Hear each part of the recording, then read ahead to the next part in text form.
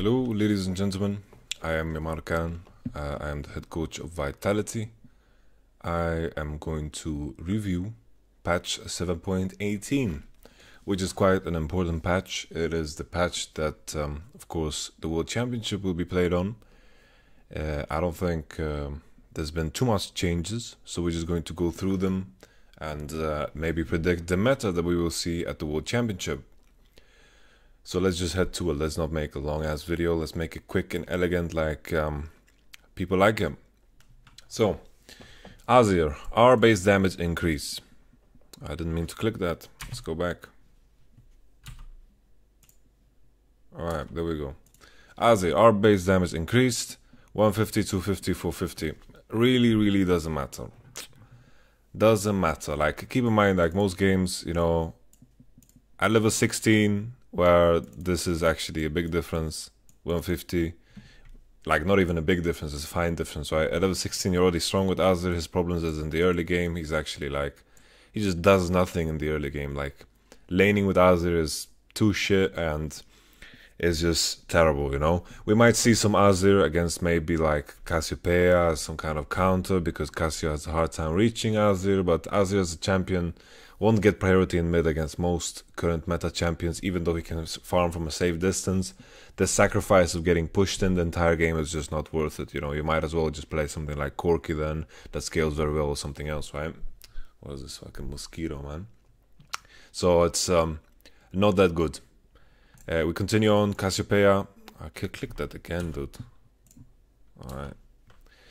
Cassiopeia, E bonus against poison targets shifted from base damage into ratio. Alright. So this is like kind of a nerf, especially with the way people have been building Cassio. It's like the Abyssal Mask thing where people go tier and don't buy too much heavy of an AP. So this will definitely like dent Cassiopeia a little bit. Like, she might not be, you know, the main focus is if she's going to be weaker or more even against Syndra and Orianna. I think definitely for those matchups it matters a lot, where they were close to even, I would say. Like, of course, Cassiopeia needs to be ganked, and Cassiopeia wins all them all-ins because she can itemize MR, and she is very strong in them all-ins, but of course ganking Cassiopeia was the key. But maybe this will be the one that makes the difference. I think Cassiopeia will still be played. I don't think it's like, damn, Cassiopeia's out of the game. I think it's a decent change. I don't think Cassiopeia deserved anything worse than this. We scroll down. V base damage decrease, but scaling increase, E cooldown increase at later ranks. Volta spiraling 55, 5 damage. So we got 5, 15, 25. Alright. 35. Yeah, it's a decent chunk of damage, right? It definitely is. I don't think it's big enough to make a difference. I think Elise will still have the same place. I don't think you need to buy that much AP to compensate for the difference. Maybe on later levels, maybe people consider, I don't know, maybe maxing Repel second, but I'm not too sure about it. I think Elise still has the same kind of thing going on for her. Repel cooldown 26, 18 at later ranks. This also won't matter for her early game, so I think Elise still has the same place. Maybe her late game is a bit worse, but I think that's not the reason you pick Elise for, right? It's about the early game, so I don't think this changes Elise's priority at all. Fiora, passive movement speed increased. Ultimate now grants passive movement speed within its area. Okay, 20, 30, 40, 50. Okay. Fiora once again gains Duelist Dance movement speed bonus while in Grand Challenge Circle. I guess it's okay, you know. I don't think it's one of those things that just doesn't feel like it's enough to matter. Like, it might matter when she gets the next buff, right? When she gets the next buff, all of a sudden it kind of stacks up and it adds up. So I think we have to just pay attention to Fiora. I think Fiora still had some kind of place, you know, where people blind pick Galio, maybe into a Maokai. Maybe you'll see more tanks over at the World Championship. I'm assuming all of the Western teams will play a lot of Fiora, but currently I feel like the payoff is too small. Like, Fiora takes some time to kick into the game, and usually the highest level of games are very high pace, teams are capable of forcing Nashor very early on because they got tank junglers and tank top laners, and in some cases where, for example, Longzhu like to play the Jace. Sorry, my phone is ringing. I'm gonna just turn that off. Some cases Longzhu is playing the Jace, playing all these picks, and of course in this case those games are way too fast for Fiora, so I don't know, Fiora just doesn't seem like she has a place. Still works as a counter to some champions, right? So maybe like some Fiora Pro is going to play, right? I just think that that the main thing is like people will play maybe Jace top lane, Gnar, and tank in top lane, like with the Maokai and the Cho'Gath. I don't think we will see much difference there. Gnar base health by 30, which is fine, right? But I don't think this is big enough to matter. I think Gnar in the matchups where he's good will still be good, but I'm hoping, just hoping that people will play more Camille and more Jace. In those cases, it actually matters. When you have those champions that can all in Gnar very early on, like Jace, Camille, of course, needs to scale into the matchup a bit, but she can still trade very well early. In those matchups, this 30 HP will matter a slight bit. Yeah?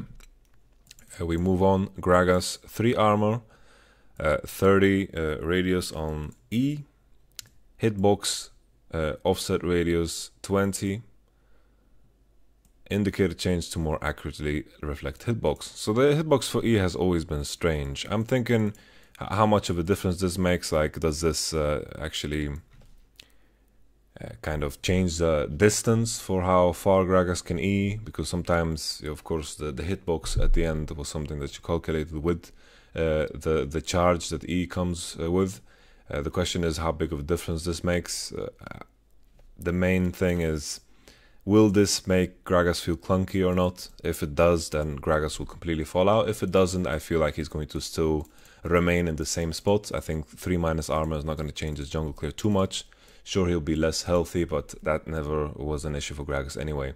So this, if Gragas is clunky after this change, okay, he's going to be useless, but I hopefully and sincerely doubt that that will be the case. But this nerf, of course, matters. I think in the end, maybe this is more for those situations where, oh, this Gragas, he shouldn't have hit me, but it did anyway. I've seen plenty of those, and maybe this is what will prevent those, because usually the Gragas E's that are supposed to hit, nobody really complains, and they're pretty straight on, so the hitbox didn't really make that much of a difference when you E-flash, right? So I'm doubting that these changes will change Gragas' priority.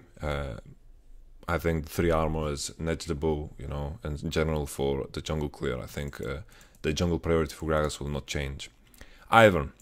So Ivern is a very interesting champion. I think we saw it from Unicorns of Love last weekend, and I think it definitely has a place, because Ivern was a champion that when it was played the most, it was a champion that was very good into tanks, because you could punish their clear and they couldn't really punish yours. And Ivern, you had to kind of cut him through and you need to invade him, and that's really difficult to do with the current the current meta champions. It's very hard to punish the Ivern. It's very hard to punish his first clear, and Ivern can get in and take camps very, very fast. And on top of that, Ivern is very good in grouped situations. But of course, Ivern was hit with a lot of nerfs. Redemption was nerfed. Ardent Sensor was nerfed as well. A lot of items that were good on Ivern were nerfed, so this matters too. Base explosion damage 60, 80, 80. So his shielding doesn't increase, but his damage on shields is increased by 10. It is very, very small. The amount of AP you buy on Ivern is very small too. Like, the maximum effect you will get from this is maybe, I don't know, like 8 shield. I don't know like what the numbers are with Ivern, what AP you reach. I'm guessing like 100 maximum with Ardent Sensor. So this isn't too hype of a change. I think this is completely like ignorable.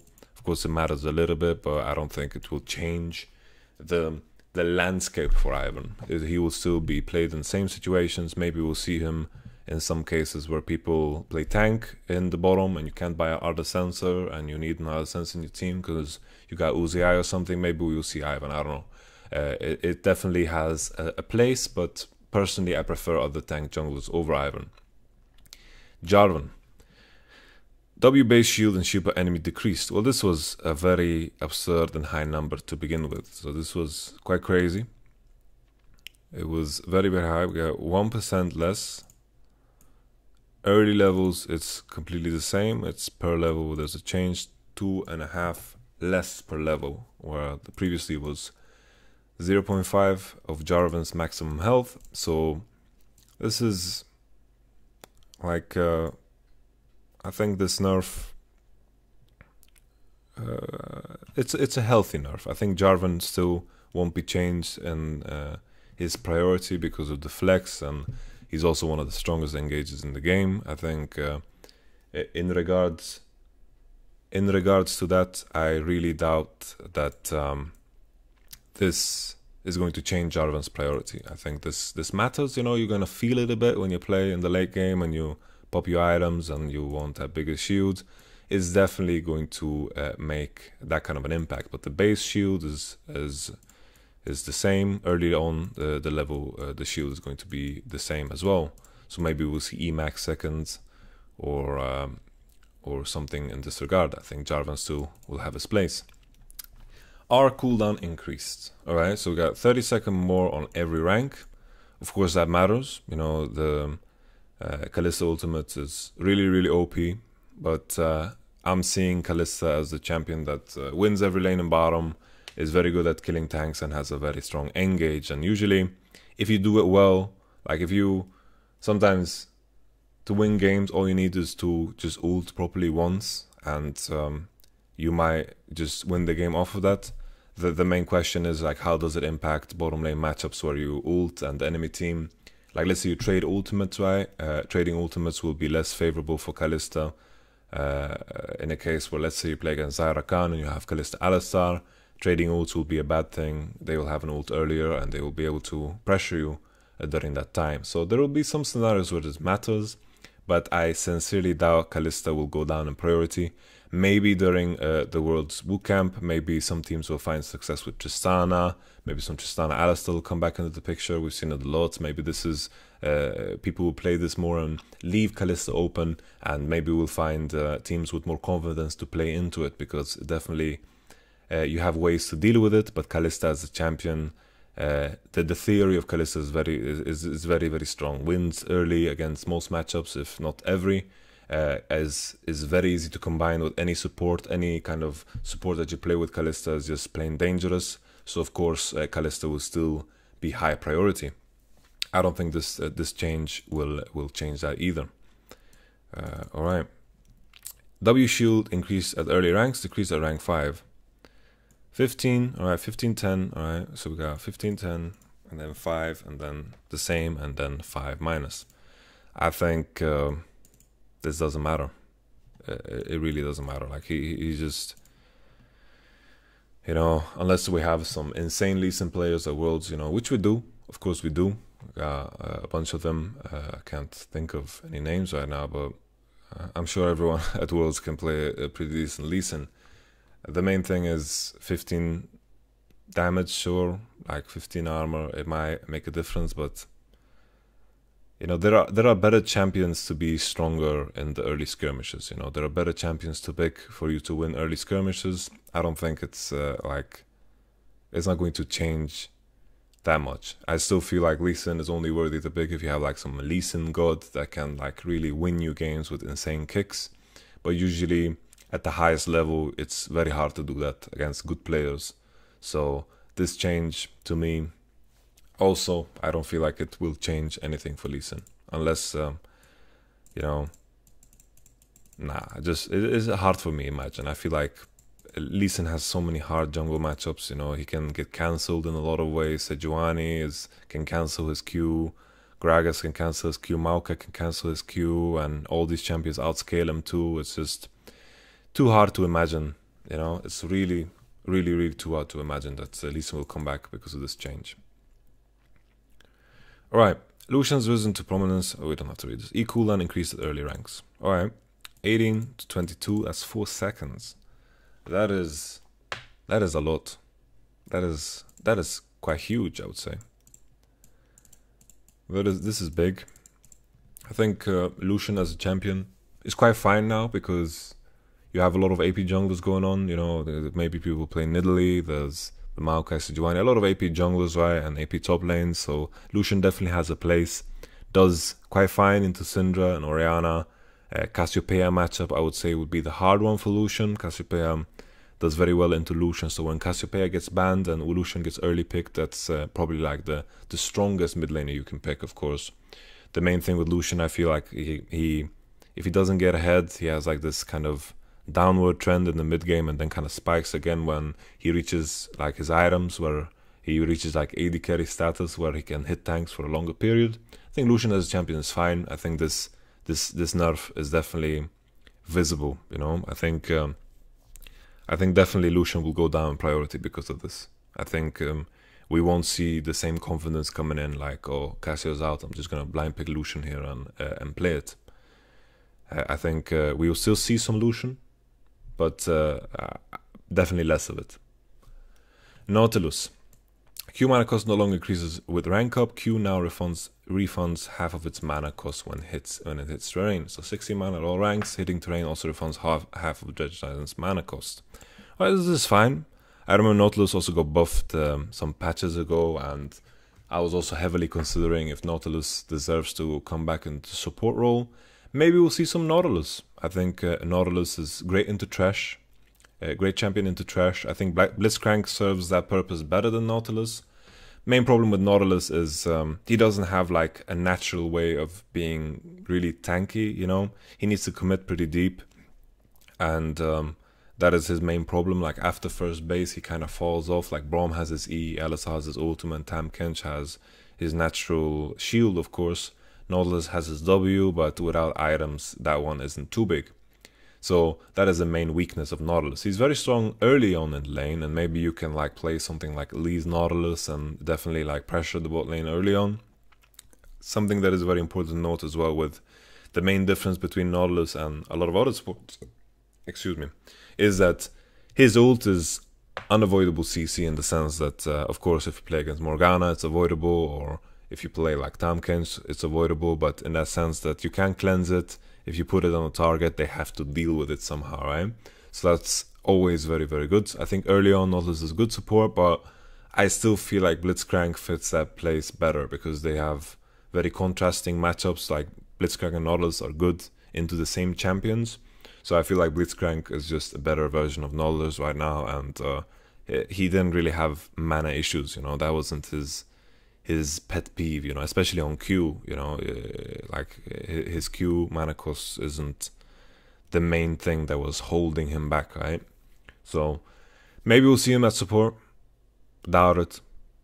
Top lane, doubt it too. I think the other tanks are just better. Cho'Gath, Maokai. Maybe in cases where we will see a lot of top lane bans, Nautilus might come in and make some kind of a difference. Nidalee. Nidalee, we mentioned Nidalee before. We said AP junglers. Nidalee been out of spotlight for a while. Minimum ratio, maximum ratio. Okay, so AP ratios on E. I don't know. This wasn't too exciting, you know.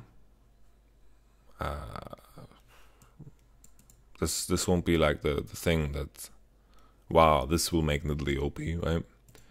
This is also like avoidable, like ignorable, I would say, this kind of change.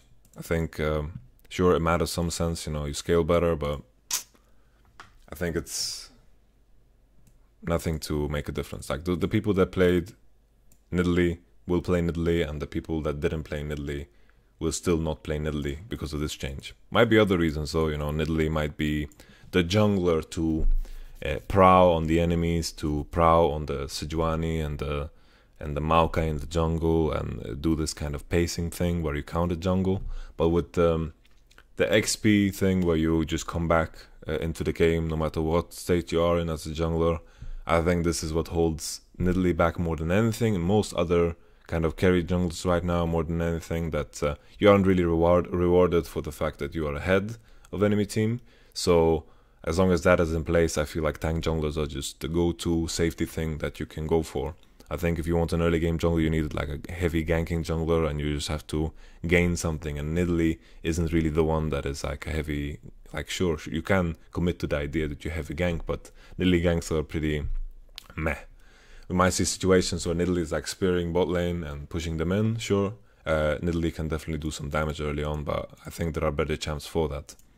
Nidalee has a lot of pace, and maybe if team's perfect the way to use her pacing to get something out of it, maybe a first tower, then maybe this will matter in the end, that you get a good early game with Nidalee against a tank jungler, and then you scale better with this change. Alright, Ornn. Ornn's masterwork upgrades are not locked until he reaches level 13. I think that's very good, because I saw a lot of people doing it, you know, early, and it was just bad. Zhonya's Hourglass can now be forged into Zhonya's Paradox. Okay, maximum ram travel speed toward Ornn. This is a pretty hefty buff, alright. This is pretty hefty buff as well. This is a good quality of life buff. Length, okay. Bellow's breath now flares out slightly at the end. Okay. No longer knocks back opponents he charges through. Alright. You know, Ornn, this is probably the champion I have at least the smallest opinion of in the entire league. You know, I haven't seen him that much. I've read complaints about him that, you know, people like upgrade their shit too early, and I don't know, Ornn is strange. Will someone figure out Ornn? You know, I'm not gonna say that I know what place Ornn is for, you know. Maybe someone figures that out and all of a sudden it's OP as all hell. Maybe we are all just blind to the strength of Ornn. I am as well. Maybe we'll see someone figure it out. Maybe it's just complete garbage. We don't know. I'm not gonna say that I know either. Alright. W dash speed decreased late game, R radius decreased, and cooldown decreased late game. Okay. Dash speed 1800 and 100% movement speed, 250 plus 30% move speed. Why? So that is pretty hefty. Like early on, it will be good. After you buy boots, I assume, then you already would have caught up with. Would you have caught up? No, you wouldn't have caught up.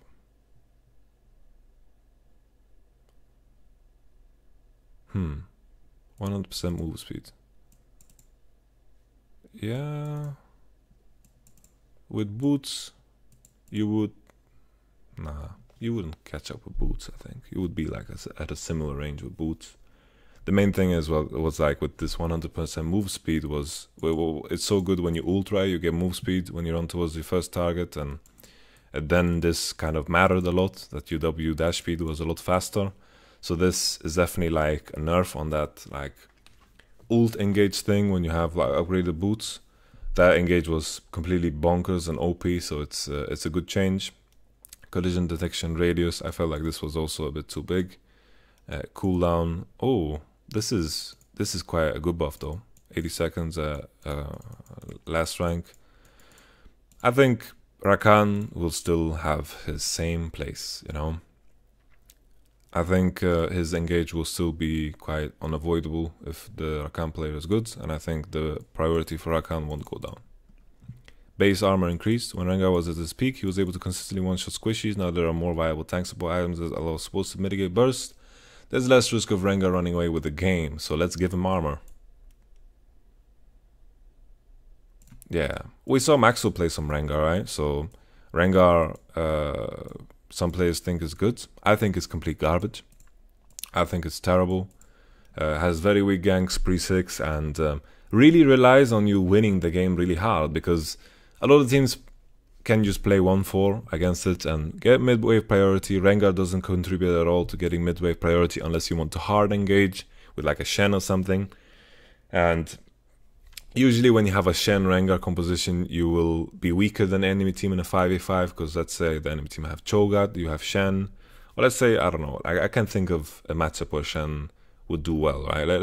Like in theory, Shen should be weaker in team fights because of the fact that his ult is something that falls off compared to most top lane ultimates, right? So Rengar is very bad at contributing for mid priority, and it heavily relies on the fact that you're winning the game hard. Because when Rengar is getting his kills on side lanes, you know, these are situations where the enemy team is doing mistakes or they're losing the game, right? Where you can't get mid-wave priority, you have to kind of farm unevenly and you try to catch up, you know, and you have no map pressure, then Rengar is going to be winning. But that implies that your team is going to get mid priority without a jungler, which in most cases doesn't work. So if you're in a winning position, you'd rather have a jungler that takes you to a winning position than a jungler that excels when you are in a winning position. Because I think the grand example was when G2 played Misfits, and they just played a very simple 1-4 the point where Rengar Shen should be very effective, forced the enemy, like they just push down mid wave, right? And then they pressured around Nashor, and at the same time while they pressured around Nashor, they sent their top lane to push out top wave, and or whoever the hell, top lane is going to slowly get pushed in, and then eventually send their top lane there. But at the same time, they're pressuring Nashor, they're starting Nashor, which is very allowed now when you have a lot of tanks that have very strong and defensive stats. You can tank the Baron for a long time, you can force Nashor very early on, and when that happens, you have to teamfight with a Rengar and a Shen. You don't want to do that, right? So very smart teams will play good against Rengar. Rise, W ratio increase. Now this is fucking big ass buff, right? But let's think about what people play in mid lane, right? So people play Orianna, Syndra, Cassio, you know, 3 champions that are very good into Rise, right? And as long as that doesn't change, I feel like Rise won't have a place. Rise is good into Vladimir, good into LeBlanc. We might see Rise be played into those champions, right? If someone blind picks LeBlanc, then you might see a Rise pop off, and he might be very valid in that sense. So this buff is definitely positive, but the mid lane meta is just not the best for Rise. Tristana power is coming online a tad too early. Explosive charge nerfed by 0.2 at max rank. Okay, so the scaling is 0.5 less.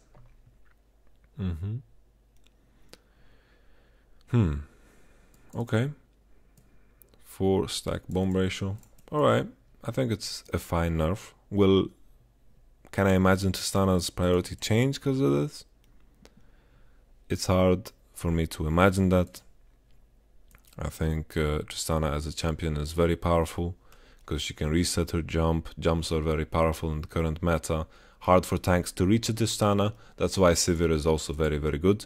Maybe this means that people will enjoy playing Sivir more into a Tristana. Maybe they'll enjoy more to play maybe a Twitch into Tristana because of this. It's right now as it stands, I feel like it's too small to make too big of a difference. I feel like that's the trend of this patch, you know. I feel like the meta won't change because of this patch. The meta might change because of the adaptations and the results people get in scrims, you know. So maybe like Tristana, it's hard. It's very hard to imagine changes, because when I think of Tristana's strengths is she can push, you know, with her passive. She can push with E as well. I think the damage you lose on this is avoidable, you know, ignorable for the push early on. She can reset a jump with her E and with kills. That is like the strength of Tristana. Her long range is also very good, and she loves to buy Static Shiv and Rapid Fire Cannon. So that is like the main thing for Tristana, and that hasn't changed. So as long, of course, it would matter if they just fucking they just deleted the damage off of Explosive Charge, then it would matter. But in this sense of things, I think Tristana will be just fine. Maybe people will like to play Sivir. Maybe we'll see more Tristana be left open, and maybe that's the transition for Tristana. But I doubt it. I think Tristana is a fantastic champion.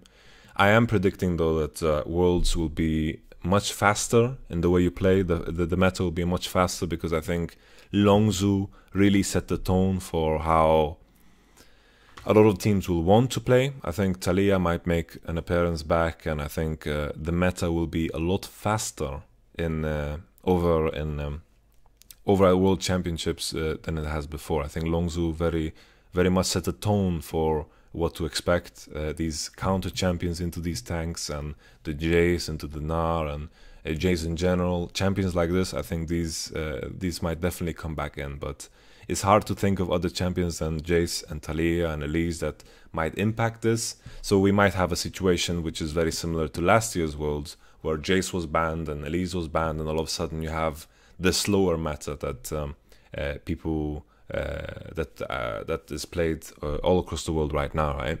So if people find new champions, sure, but if you notice that a team plays Jace, like if you played against Longzhu, then you would be well aware of the fact that they can play like carry top lane as you ban them out, and all of a sudden you put yourself in a situation where you can force a tank matchup.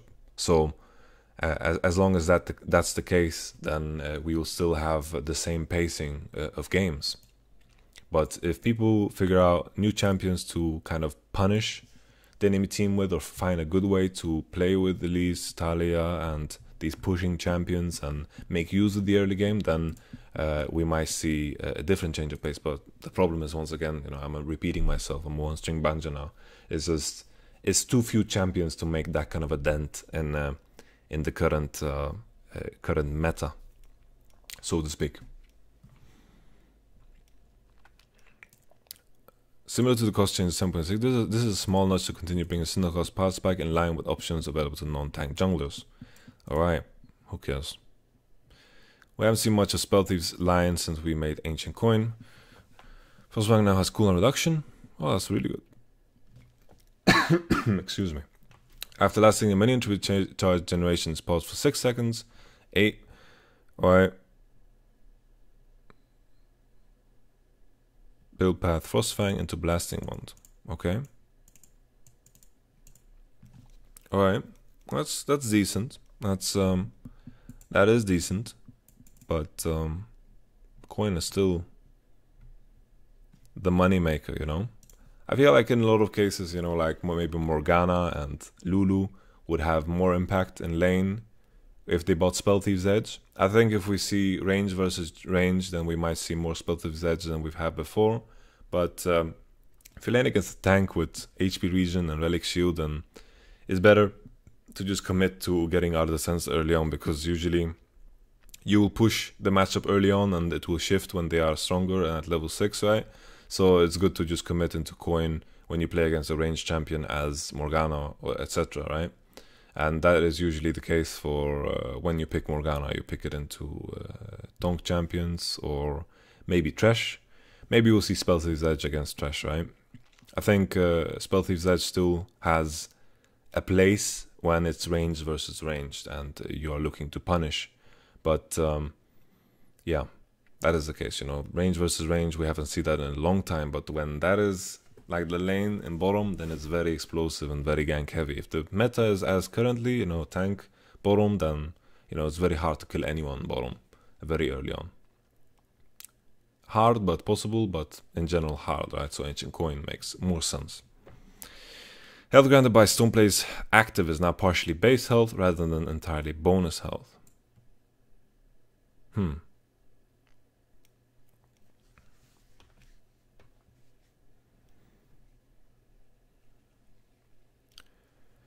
Grants bonus health equal to 40% or 100% of base and bonus health.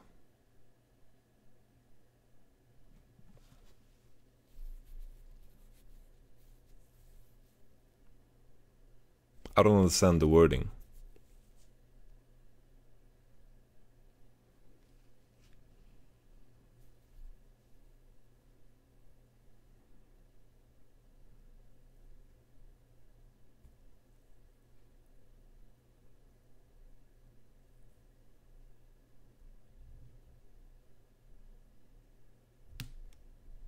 I don't get the wording, man. Grants base health equal to 40% or 100% base health and bonus health equal to 40% or 100% bonus health. Like, what? Gragas Stoneplay active no longer scales the Stoneborn Pact or known as Q consume well-fed buff. Alright.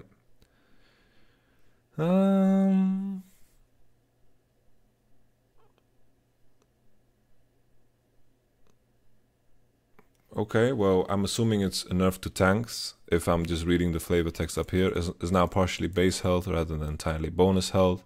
I guess Gargoyle Stoneplate is good, better early on. It will scale worse. I think it's a good nerf, right? Gargoyle Stoneplate is really OP item. Really OP. I think it's ridiculous. It's really powerful. How big this nerf is, I don't know. it's hard for me to say. I'm not too sure about this wording, so I don't really want to guess. If it's a big enough nerf, like let's say Gargon Stoneplate is just so bad that you don't want to buy it anymore, then it could actually matter for the tanks.